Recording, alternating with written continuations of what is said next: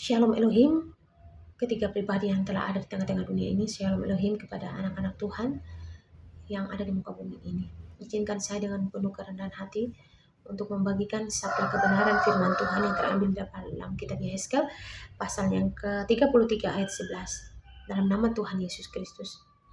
Katakanlah kepada mereka, demi aku yang hidup, demikianlah firman Tuhan Allah, aku tidak berkenan kepada kematian orang fasik, melainkan aku berkenan kepada pertobatan orang fasik itu dari kelakuannya supaya ia hidup. Bertobatlah, bertobatlah dari hidupmu yang jahat itu. Mengapakah kamu akan mati, hai kaum Israel? Bapak, Ibu, Saudara-saudara, Tuhan Yesus sangat mengasihi kita. Ia tidak ingin kita mati binasa dalam dosa. Ia pada saat ini masih menunggu kita datang mencarinya selagi ia berkenan untuk kita temui. Saudara-saudara, marilah Bapak Ibu pergunakanlah kesempatan yang Tuhan berikan. Jangan kita menjadi penghujat-penghujat, pencemu-pencemu, sehingga kita menghujat pekerjaan Tuhan di akhir zaman ini. Mengapa kita terus menghujat? Mengapa kita terus menjadi pencemu? Karena kita angkuh hati seperti Lucifer. Kita angkuh hati, angkuh jasmani seperti si ular tua itu. Kita yang memiliki karakter Kristus, kita hendaknya merendahkan hati. Bukankah Tuhan Yesus itu Raja, tetapi ia rela turun ke dunia, menjelma menjadi manusia hina, menebus dosa kita sekalian. Tetapi kita yang manusia mau ke surga dengan kesombongan hati, jasmani, sombong kita. Saudara-saudara, marilah relakanlah dirimu untuk engkau bertobat saat ini. Bertobatlah.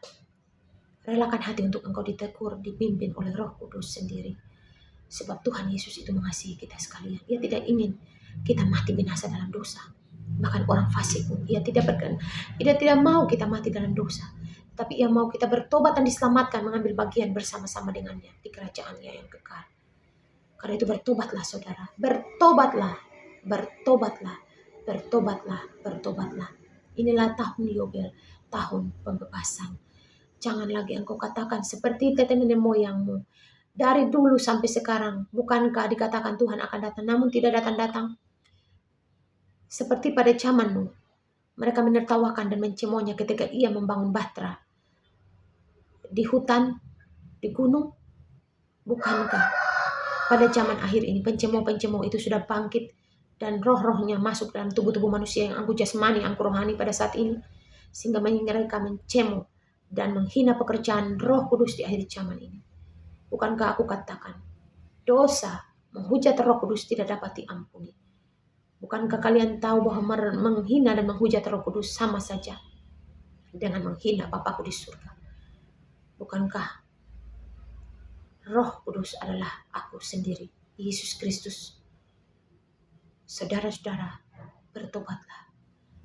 Tuhan Yesus tidak ingin kita mati binasa sebelum kita mengucapkan kata tobat dan memberi diri kita dipimpin oleh Roh Kudus. Mari saudara-saudara, sebelum kengerian, murkanya tercurah atas pribadi diri kita, banyak orang, sebelum kita sadar kita sudah rib di alam lain.